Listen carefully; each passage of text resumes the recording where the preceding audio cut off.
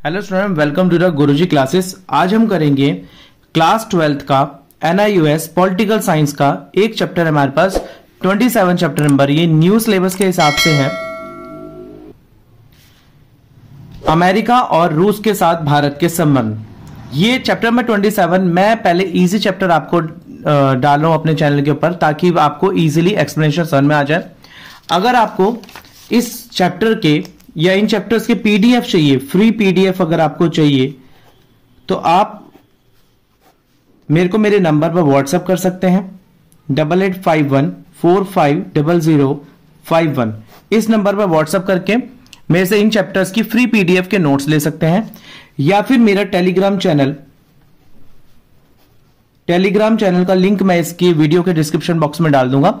आप वहां से मेरे चैनल को ज्वाइन करके फ्री PDF वहां से भी इसकी उठा सकते हैं। और आपको NIUS से जुड़ी कोई भी इंफॉर्मेशन चाहिए, एडमिशन से जुड़ी, असाइनमेंट से जुड़ी, या पार्ट एडमिशन से जुड़ी, या फिर आपको 12th क्लास के जिन स्टूडेंट्स ने भी 10th के एग्जाम्स दिए हैं और 12th क्लास में पार्ट एडमिशन चाहिए, जैसे 4 पेपर अभी, 2 पेपर नेक्स्ट ईयर, तो उससे भी जुड़ी कोई इन्फॉर्मेशन चाहिए, NIUS से कोई भी रिलेटेड कोई भी इंफॉर्मेशन आपको चाहिए तो आप मेरे इस नंबर पर व्हाट्सएप करके मेरे से पूछ सकते हैं। और साथ ही मैं आपको इसके इंपॉर्टेंट क्वेश्चंस कराता जा रहा हूं। मैंने इंपॉर्टेंट क्वेश्चंस कुछ निकाले इस चैप्टर के। इन चैप्टर्स में से आप यही इंपॉर्टेंट क्वेश्चंस पढ़ लीजिए, आपके नंबर बढ़िया आने वाले हैं। चलिए बात करते हैं अमेरिका और रूस के साथ भारत के संबंध। 1971 में भारत और सोवियत संघ के संधि पर नोट लिखिए। सोवियत संघ और संधि, सोवियत संघ के साथ भारत की संधि यानी कि क्या कॉम्प्रोमाइज किया था भारत ने 1971 के अंदर, उसके ऊपर हमें नोट लिखना है। 1971 में जब पूर्वी पाकिस्तान यानी कि ईस्ट पाकिस्तान, जो कि आज का बांग्लादेश है, पश्चिम पाकिस्तान की तानाशाही का विरोध किया, यानी कि वेस्ट पाकिस्तान की तानाशाही, यानी कि तानाशाही का मतलब होता है कोई देश जब अपनी मनमानी चलाता है किसी और के ऊपर तो उसे तानाशाही बोलते हैं। और अपनी स्वतंत्रता की लड़ाई आरंभ करी किसने? पूर्वी पाकिस्तान ने। तो भारत ने अपनी सेना उसकी सहायता के लिए भेजी। किसकी सहायता के लिए भेजी? पूर्वी पाकिस्तान की। उस समय अमेरिका और चीन ने पाकिस्तान का पक्ष लिया तथा भारत पर अपनी सेनाएं वापस बुलाने के लिए दबाव डाला।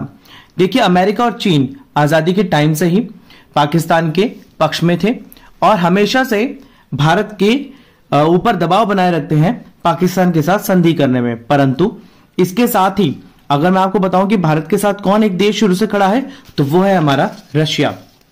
यानी कि एक रशिया ऐसी कंट्री है जो कि भारत के साथ फ्रॉम द बिगिनिंग खड़ी हुई है। और चीन और अमेरिका शुरू से ही पाकिस्तान के फेवर में रहे हैं।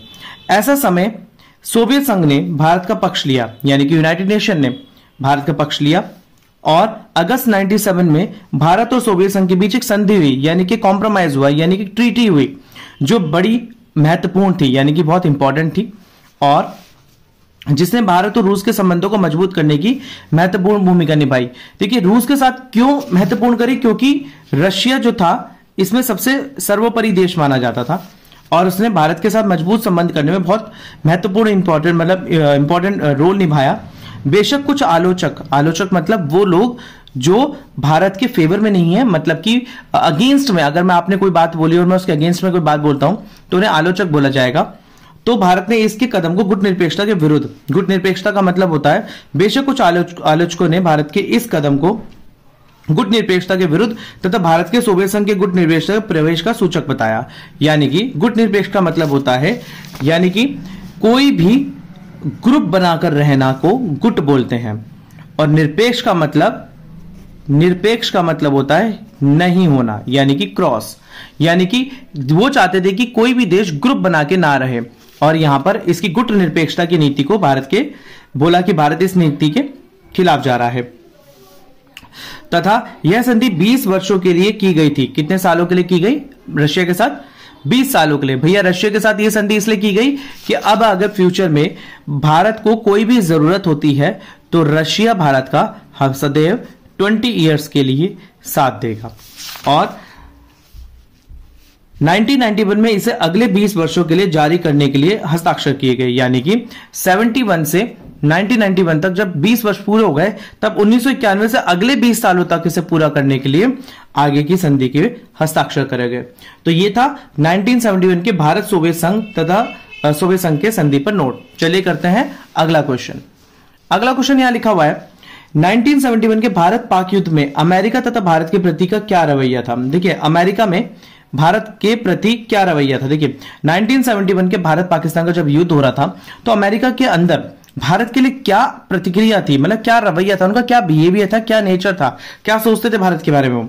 तो 1971 में जब पूर्वी पाकिस्तान ने अपनी स्वतंत्रता की लड़ाई आरंभ की, यानी कि जो आज का बांग्लादेश है, उसने अपनी स्वतंत्रता की लड़ाई आरंभ की, तो भारत ने उसकी सहायता की और अपनी सेनाएं पूर्वी पाकिस्तान में भेजी और भारत पाकिस्तान युद्ध आरंभ हो गया, यानी कि भारत और पाकिस्तान का जो लड़ाई थी वो आरंभ हो गई।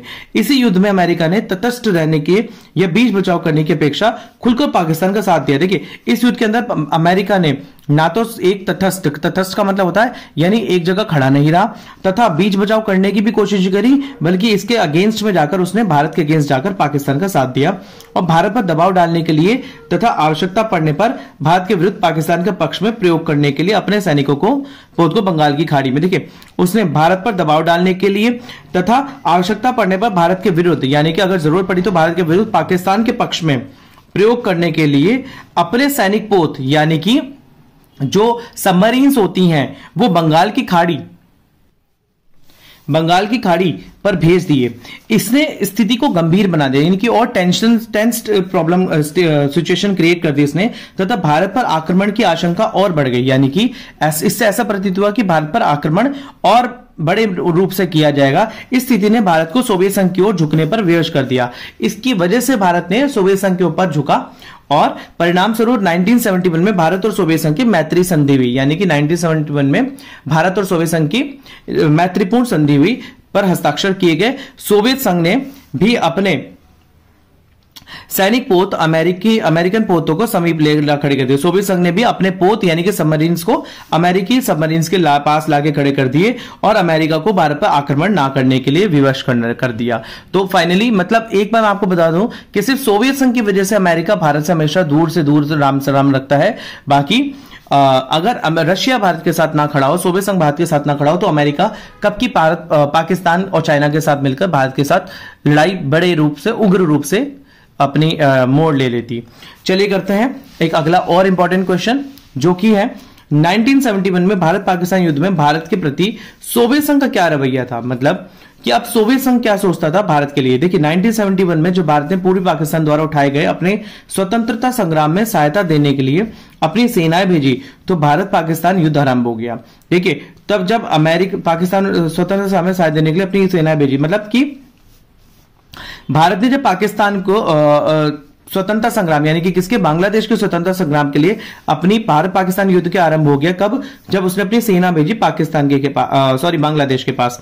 तो उस समय अमेरिका ने खुले रूप से पाकिस्तान का समर्थन करके भारत पर दबाव डालने के लिए अपने सैनिक पोतों को बंगाल की खाड़ी में भेज दिया। ये भी ऑलरेडी वो ऊपर पढ़ चुके हैं। इसका अर्थ पढ़ लेते हैं। इसका अर्थ है कि अमेरिकन सैनिक द्वारा भारत पर कभी भी आक्रमण हो सकता था। उस समय सोवियत संघ ने भारत का खुलकर साथ दिया और अमेरिका को भारत पर हमला न करने की चेतावनी दी, वार्निंग दे डाली।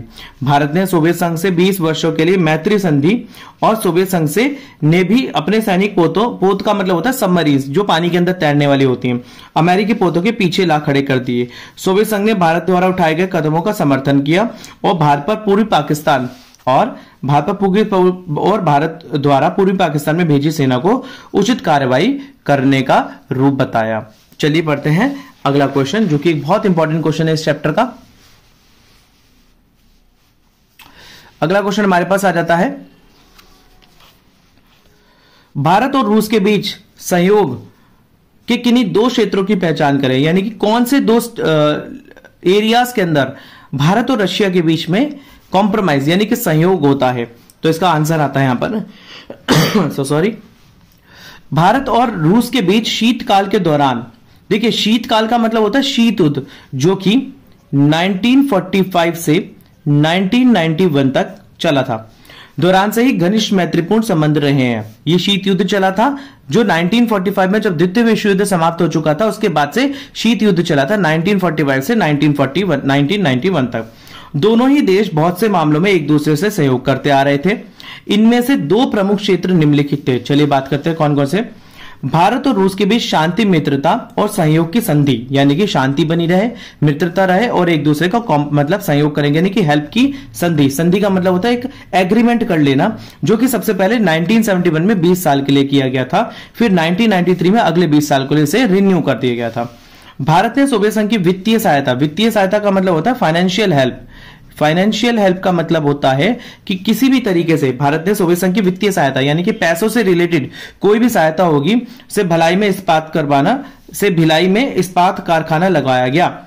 देखिए, भारत ने रशिया, सोवियत संघ से क्या करा कि फाइनेंशियल हेल्प ली और भिलाई, जो कि एक जगह है भारत के अंदर, वहां पर इस्पात कारखाना यानी कि एक फैक्ट्री लगवाई, जो कि लोहे की फैक्ट्री थी।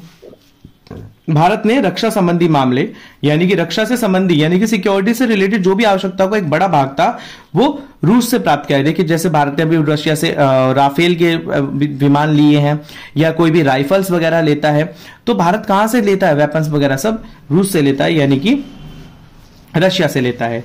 रूस ने कश्मीर मामले पर सुरक्षा परिषद में अपने निषेधाधिकार का प्रयोग करके भी भारत की सहायता की। देखिए, रूस ने कश्मीर के मामले में अपने निषेधाधिकार, निषेधाधिकार का मतलब होता है जो कि वीटो पावर, जो कि वीटो पावर है रूस के पास, उसका प्रयोग करके भारत की सहायता की। रूस ने भारत की सुरक्षा परिषद की स्थायी, देखिए, रूस भारत की सुरक्षा परिषद की स्थायी, यानी कि सिक्योरिटी काउंसिल, सिक्योरिटी काउंसिल का जो रशिया मेंबर है, स्थायी सदस्यता की दावेदारी का प्रमुख समर्थक है। देखिए, रशिया कहता है कि जो भारत है वो सिक्योरिटी काउंसिल, यानी कि यूनाइटेड नेशन के सिक्योरिटी का, यूएन का सिक्योरिटी काउंसिल का सदस्य भारत रह सकता है। मैं आपको एक चार्ट समझाऊंगा, एक वीडियो बनाऊंगा उसके ऊपर, जिसमें मैं आपको यूएन के जो हमारे पार्ट है, जैसे सिक्योरिटी काउंसिल, ये सुरक्षा परिषद, आम सभा, इनके बारे में बताऊंगा।